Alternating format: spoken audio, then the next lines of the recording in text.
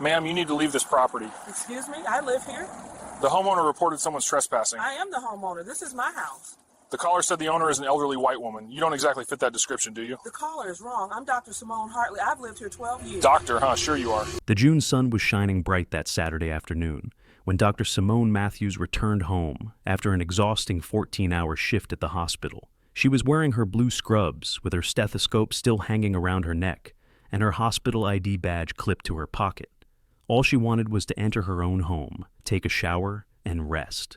But what happened in the next 20 minutes would be recorded in high definition by the officer's body camera, and that footage would completely destroy his career while making her $2.9 million richer. Before we continue with this absurd story, tell me something. Where are you watching from right now? Leave a comment with your city or country. And if you're not subscribed to the channel yet, please hit that subscribe button because stories like this need to be told and shared. You won't want to miss what happens when the truth finally comes out. Dr. Simone Matthews was 38 years old and worked as a cardiologist at St. Mary's Hospital, one of the most respected hospitals in the region. She had worked tirelessly for over a decade to get where she was, overcoming barriers that many people can't even imagine.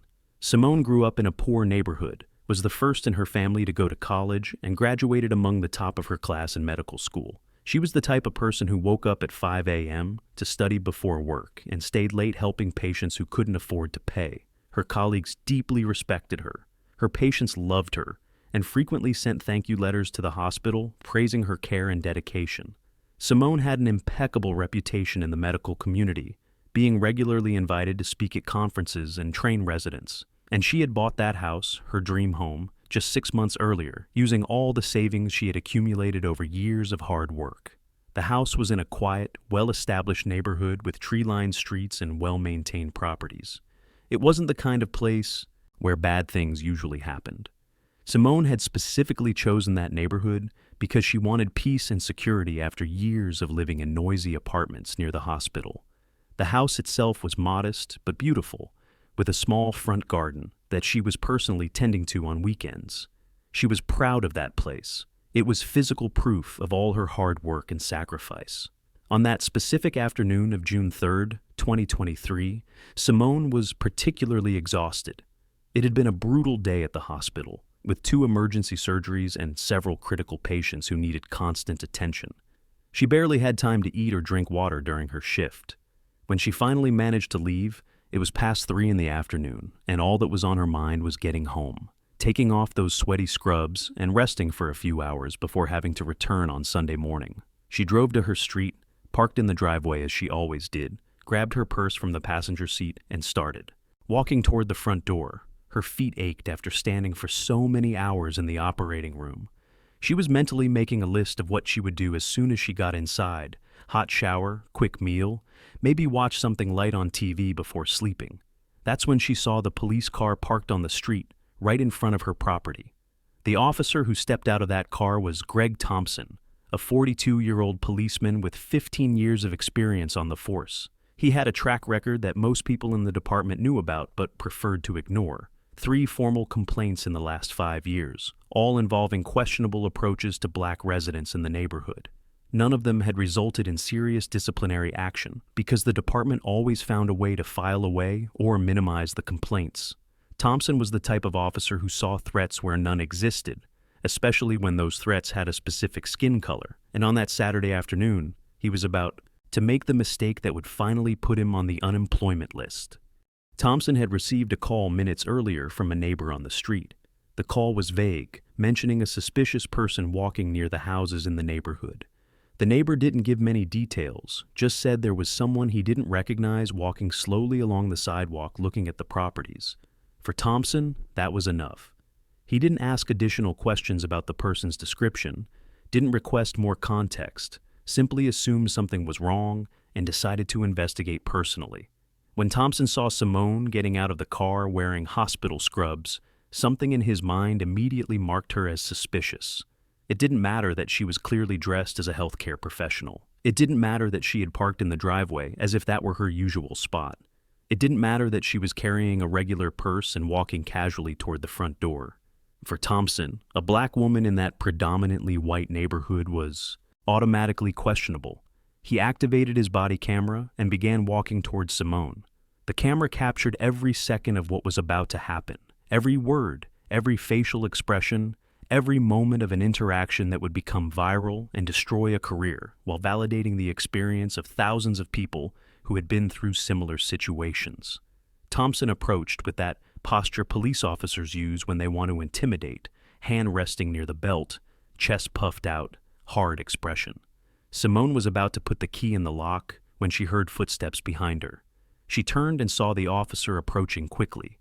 Her heart began to race, not because she had done anything wrong, but because she, like any black person in America, knew that encounters with police could go wrong very quickly. She kept her hands visible, one holding her purse and the other holding her house keys. She didn't make sudden movements. She didn't show aggression. She just stood there, waiting to see what the officer wanted. Thompson began the interrogation immediately. He wanted to know what she was doing there, why she was trying to enter that house, if she had permission to be on that property. The tone was accusatory from the start, as if he had already decided she was guilty of something and was just waiting for her to confess. Simone, still holding her keys, calmly explained that this was her house, that she lived there, that she had just arrived from work at the hospital. She pointed to the badge still clipped to her scrubs, showing her identification. Thompson barely looked at the badge properly. Instead, he became more aggressive, saying he needed to see official identification, that anyone could wear scrubs, that he had received reports of suspicious activity in the area.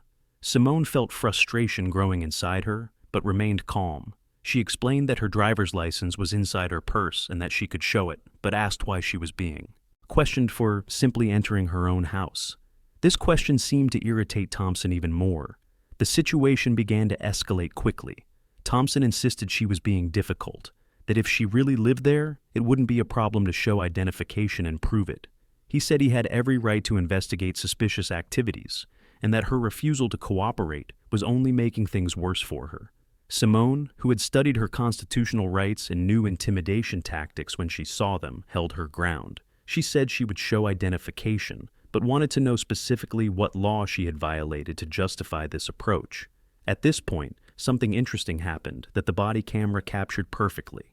A neighbor, Mrs. Patricia Morrison, a 67-year-old white woman who lived 3 houses down, was returning from a walk and saw what was happening. Patricia knew Simone well. They talked regularly. Simone had helped Patricia with some medical issues informally, and they had developed a respectful neighborhood friendship. Patricia saw the officer confronting Simone at her own front door and immediately understood what was happening. She quickened her pace towards Simone's property, and what she did next would be crucial to the outcome of this entire incident. Patricia Morrison wasn't the type of person who stayed quiet when she saw injustice happening. She had grown up in the 60s, had participated in civil rights marches in her youth, and even decades later, still firmly believed in standing up for what was right. When she saw Thompson intimidating Simone at her own front door, something inside her ignited. She walked directly up to them, her voice firm and clear, even at 67 years old, and began confronting the officer about what exactly he thought he was doing. Patricia made it very clear that she knew Simone personally, that she was the legitimate owner of that house, that she was a doctor at St. Mary's Hospital, and that there was absolutely no reason for that kind of harassment. She spoke loudly enough that other neighbors began appearing at windows and doors, curious about the commotion that was happening. Patricia's presence completely changed the dynamic of the situation. Thompson could no longer act as if he was dealing with an isolated trespasser without credible witnesses. Thompson tried to dismiss Patricia, saying this was police business and she didn't need to get involved. But Patricia wasn't the type to back down easily. She said that as a neighbor and tax-paying citizen, she had every right to witness the conduct of a public officer on her street. She directly asked Thompson what was the probable cause for him to be interrogating someone who was clearly just trying to enter her own home. The body camera captured every word of this exchange, and it was becoming increasingly obvious that Thompson was losing control of the situation. More neighbors began coming out of their houses. A couple from across the street, a man who was washing his car 2 houses down, a woman who was checking her mailbox. All of them knew Simone. All of them could confirm she lived in that house.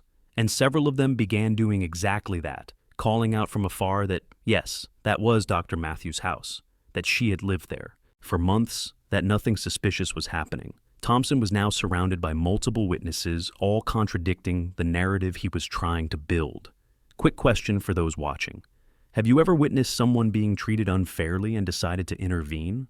Or have you wished you had? Leave it in the comments. The situation was quickly becoming a public relations nightmare for Thompson. He realized he had made a serious mistake, but instead of backing down gracefully and admitting the error, he doubled down. He insisted he still needed to see official identification from Simone, that the neighbors' testimonies weren't enough, that he was just doing his job. But his tone had changed. It was no longer authoritative and confident. Now there was a touch of desperation, the voice of someone who knew he had gotten himself into something much bigger than he intended. Simone, seeing that she now had multiple witnesses and community support, made a decision. She pulled her wallet from her purse, removed her driver's license, and held it up for Thompson to see clearly. The address on the license matched exactly the house they were standing at. She also showed her medical identification from the hospital, her credit card with her name, and several other documents that proved beyond a shadow of doubt that she was who she said she was and that this was her legal residence. Thompson looked at the documents, and the body camera captured perfectly the expression on his face. It was a mixture of embarrassment, anger, and the growing realization that he had just ruined something important. He didn't apologize immediately. Instead, he tried to save the situation by saying he was just responding to a call that he had to verify, that she should understand he was just doing his job. But no one was buying that excuse, especially not with all those neighbors watching and confirming that the entire approach had been completely unjustified from the beginning. Patricia didn't let it slide. She told Thompson he should have a better explanation than that harassing a respected doctor on her own property wasn't doing his job, it was abuse of power. She mentioned that everything was being recorded by his body camera and that she expected that footage to be preserved and reviewed by his superiors. Thompson began slowly backing toward his patrol car, mumbling something about checking with the dispatcher. But the damage was already done. Every second of that encounter was documented in high-definition video, and soon the entire world would have access to it. Thompson returned to his patrol car but didn't leave immediately. He sat there for several minutes, probably trying to figure out how to report the incident, or perhaps hoping the whole situation would simply disappear. But it wasn't going to disappear. Patricia was already on the phone with someone, and other neighbors were clearly talking among themselves about what they had just witnessed. Simone finally managed to enter her own home, closing the door behind her, but her hands were shaking from adrenaline and frustration. Inside the house, Simone sat on the couch for a long moment, still wearing her hospital scrubs, still processing what had just happened. She wasn't naive about racism. She had experienced microaggressions throughout her career, questioning looks when she entered professional spaces, patients who asked to see a different doctor when they saw her, but being confronted as a criminal at her own front door. A property she had worked so hard to buy was a completely different level of violation. She picked up her phone and started making calls, first to her younger brother Marcus, who was a lawyer specializing in civil rights, then to her best friend, also a doctor, who had been through a similar situation years before, then to the president of the Neighborhood Homeowners Association. Each person she told was outraged, and each one gave the same advice. Document everything, officially request the body camera footage, and don't let this go unnoticed. Patricia Morrison, meanwhile, wasn't wasting time. She had filmed part of the interaction with her own cell phone, capturing the final moments when more neighbors had gathered. She posted the video in a neighborhood Facebook group with a detailed description of what she had witnessed, naming Dr. Simone Matthews as a respected neighbor and valuable community member who had been harassed without reason. The post began receiving comments and shares immediately. By Sunday morning, the story had spread, far beyond the neighborhood Facebook group. Someone had shared Patricia's video in a larger community activism group. From there, it went to Twitter, then Instagram, then TikTok. Within 24 hours, thousands of people were watching those final minutes of the confrontation and sharing their own similar experiences. Hashtags began emerging and gaining momentum. Simone's name was becoming known, although she had never asked for this attention. The police department began receiving calls on Sunday afternoon. Concerned citizens wanting to know if it was true that one of their officers had harassed a doctor at her own home. Local reporters began investigating the story. On Monday morning, when Simone returned to the hospital for her shift, She was greeted with supportive hugs from colleagues who had seen the story online. The hospital director sought her out personally to offer any assistance she needed, including legal support through the hospital's attorneys. Marcus, Simone's brother, wasted no time in acting officially. He filed a formal complaint against Thompson with the police department and immediately requested the complete body camera footage through a formal public records request. He knew departments had a habit of making evidence disappear or claiming body cameras mysteriously weren't working, so he was strategic. He copied multiple civil rights organizations on the request, ensuring many eyes were on the case. The pressure on the police department increased dramatically when local news channels began covering the story. Reporters appeared at Simone's house asking for interviews. She initially refused, still processing everything and not wanting to become a public face. But Marcus convinced her that telling her story publicly was important, not just for her, but for all the other people who went through similar situations without witnesses, without videos, without resources to fight back. So, Simone agreed to do an interview with a respected local reporter who had covered social justice issues for years. Simone's interview aired on Tuesday night and became the week's most watched segment for that station. She spoke calmly, but with clear emotion in her voice, about how it felt to be treated like a criminal on her own property. She explained that she had worked double shifts to save money to buy that house, that she had specifically chosen that neighborhood because it seemed safe and welcoming, and that now she no longer felt safe in her own home. The interview ended with her asking a simple but powerful question. How many other people does this happen to, without cameras, without witnesses, without justice? The police department was forced to respond publicly. They issued a statement saying they were taking the allegations seriously and that an internal investigation had been opened. Thompson was placed on administrative leave while the investigation was ongoing, which meant he was still receiving his full salary while sitting at home. This further angered the community, which began showing up at city council meetings demanding real action, not just investigations that typically led nowhere. The complete body camera footage was finally released after intense legal pressure from Marcus and the civil rights organizations he had involved. When the full video became public, it was even worse than Patricia's clip had shown. The recording showed Thompson approaching Simone with immediate suspicion, without any reasonable justification. It showed him completely ignoring her hospital badge. It showed him becoming increasingly aggressive even as she remained calm and cooperative. And crucially, it showed there was absolutely no legal basis for the entire approach. Legal experts began appearing on news programs analyzing the video. Constitutional law professors pointed out multiple violations of Simone's rights. Former police officers, including some who usually defended their colleagues, admitted Thompson had crossed several lines. The consensus was universal. This wasn't appropriate policing, it was harassment based on racial prejudice. The footage became a case study on how not to approach citizens and what happens when officers allow personal biases to dictate their actions. The department's internal investigation lasted 3 weeks, but everyone already knew what the outcome would be. The video was too clear, the witnesses were too consistent, and the public pressure was too great for the department to simply file the case away as they usually did. The investigation report concluded that Thompson had violated multiple departmental policies, including improper approach, lack of probable cause, and conduct that brought discredit to the department. The recommendation was immediate termination. Thompson tried to fight the termination through the police union. His lawyer argued he was just responding to a citizen's call, that he had the right to investigate suspicious activity, and that the decision to fire him was an overreaction to media pressure. But the department held firm on its decision. They knew that keeping Thompson would mean opening themselves up to a massive lawsuit, not just from Simone, but potentially from other people he had approached similarly over the years. And the video made it impossible to defend his actions. Marcus, meanwhile, was building a federal case against Thompson and the department.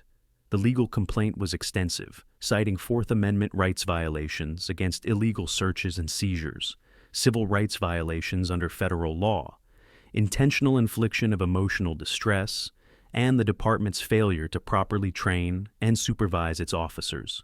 The lawsuit also mentioned previous complaints against Thompson that had been ignored, arguing that the department knew he was a problem, but chose to do nothing until it became a public scandal. The case didn't go to trial. 2 months after the incident, with Thompson already officially fired and his police certification revoked, the city's lawyers approached Marcus with a settlement proposal. Negotiations lasted several weeks, with back and forth about amounts and terms. The city wanted a confidentiality agreement. They wanted Simone to never speak publicly about the case again. Marcus categorically refused. Simone wasn't just after money. She wanted the story to remain public as a warning and an example of accountability. The final settlement was announced at a joint press conference. The city agreed to pay Simone $2.9 million in damages, an amount that sent shockwaves through the local police community and beyond. But the money was only part of the agreement. Marcus had negotiated additional terms that were perhaps even more important in the long run. The police department was required to implement mandatory and extensive training on racial bias for all officers. Not just a 1-hour video they could sleep through, but hands-on workshops conducted by external civil rights experts. The agreement also required the department to establish an early warning system to identify officers with patterns of complaints, particularly those related to racially motivated approaches. Thompson had 3 previous complaints that had been essentially ignored. If this system had existed and been taken seriously, he probably would have been taken off the streets long before he encountered Simone that June day. The department was also required to create a civilian review board composed of community members who would have real power to review cases of police misconduct, not just an advisory committee that could be ignored. There was more. The settlement stipulated that all body cameras must be functioning and recording during any interaction with the public, with no exceptions. Officers who turned off their cameras or claimed malfunctions would face severe penalties. The footage would have to be preserved for longer periods and be more easily accessible through public records requests. Essentially, the agreement created a level of transparency and accountability that the department had never had before. Simone used part of the settlement money to establish a foundation focused on providing free legal assistance to people of color facing police misconduct but lacking resources to fight. She called it the Justice at the Door Foundation, a direct reference to what had happened to her. The foundation began receiving dozens of requests for help in its first weeks, proving how widespread this problem was. Simone also began speaking publicly at community events, universities, and conferences about racial bias in policing. Thompson never worked as a police officer again. With his certification revoked and the viral video following him across the internet, no department would touch him. He tried to get private security jobs, but most companies did online searches and found the story immediately. The last public information about him suggested he had moved to another state, possibly trying to start over where people didn't know his face or name. Some people felt sorry for him, saying one mistake shouldn't ruin an entire life. But others pointed out it wasn't a mistake. It was a choice based on prejudice, and that he only faced consequences because he was caught on camera with multiple witnesses. Simone's story became a reference point in discussions about policing, racism, and accountability. The body camera video was used in police academies across the country as an example of what not to do. Law students studied the case in civil rights classes. Activists pointed to it as proof that justice was possible when communities came together and demanded accountability. But Simone always made clear in her talks that her case was the exception, not the rule. She had witnesses, she had everything recorded, she had financial resources through her lawyer brother, she had a community that mobilized. Most victims of police misconduct didn't have any of these advantages. 2 years after the incident, Simone still lived in the same house. She thought about moving initially. The memory of that day had tainted the place for her. But then she realized that moving would be letting racism win. That was her home, bought with her hard work, and she wasn't going to let one person's prejudice drive her out. She continued waving to Patricia Morrison, who still walked down the street regularly. She continued being an active neighbor and contributing community member, and she continued being an excellent cardiologist, saving lives at the same hospital where she worked when it all happened. The legacy of the case, Simone Matthews versus City, and Officer Thompson extended far beyond the $2.9 million settlement. It forced uncomfortable conversations about how racial bias manifests in everyday police work. It showed that body cameras are only useful if the footage is actually reviewed and taken seriously when it shows misconduct. It proved that communities could demand real change when they came together. And it gave hope to countless other people who had experienced similar treatment but thought they would never see justice. The case didn't solve systemic racism in policing, but it was an important victory in a much longer fight. And for Simone, it was validation that standing firm, knowing your rights, and refusing to accept injustice could make a difference. Not just for her, but for everyone who would come after.